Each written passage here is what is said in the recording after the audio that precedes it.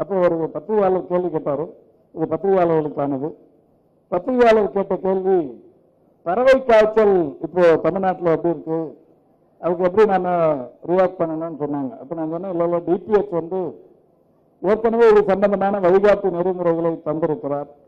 பெரிய அளவில் பதட்டப்பட வேண்டியதில்லை.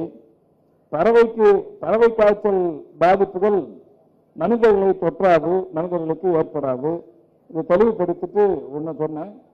பறவை காய்ச்சலால் பாதிக்கப்பட்டு ஒரு கோழி இறந்துட்டா இந்த கோழியை உட்கொள்ளக்கூடாது, ஆழ தோண்டி புதைத்து விட வேண்டும்.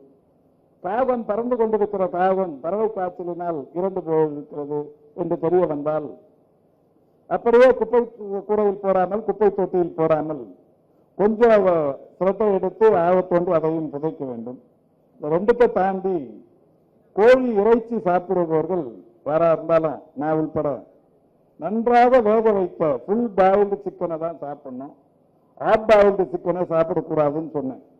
உடனே இன்னைக்கு நான் 2-3 டிவியில் அந்த இது கார்டு பார்த்தேன். ஹாஃப் பாயில் சாப்பிடக்கூடாதுன்னு அமைச்சர் சொன்னார்னு சொல்லி முட்டையை போட்டு வச்சிருக்காங்க.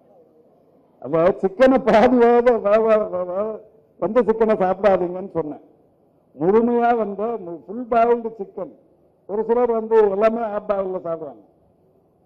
ஹாஃப் பாயில்னாவே வெறும் முட்டையா கணக்கு வச்சுக்கின்னு அமைச்சர் ஹாஃப் பாயில சாப்பிடக்கூடாதுன்னு உடனே என்ன பண்ணுவாங்கன்னா, நாமக்கல்ல இருக்கிற முட்டை வியாபாரிகள் அமைச்சருக்கு கண்டனம், அதுபடி முட்டையை சாப்பிடக்கூடாதுன்னு அவர் சொல்லலான்னு. இது தேவையற்ற ஒரு விவாதம்.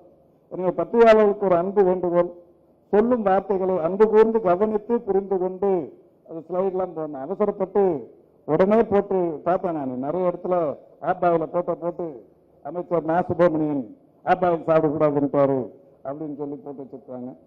அது நான் சொல்லல. சிக்கனை ஃபுல் பாயில் பண்ணி சாப்பிடுங்க, ஹாஃப் பாயில் பண்ணி சாப்பிடாதீங்கன்னு சொன்னேன். ஹாஃப் பாயில்னு சொல்றதே தப்பா?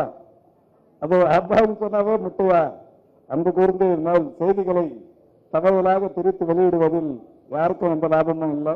அதனால் அன்பு கூர்ந்து இதை திருத்தி வெளியிட வேண்டும் என்று சம்பந்தப்பட்ட ஊடகங்களுக்கு என்னுடைய வேண்டுகோள் விடுத்து விடைபெறுகிறேன். நன்றி, வணக்கம்.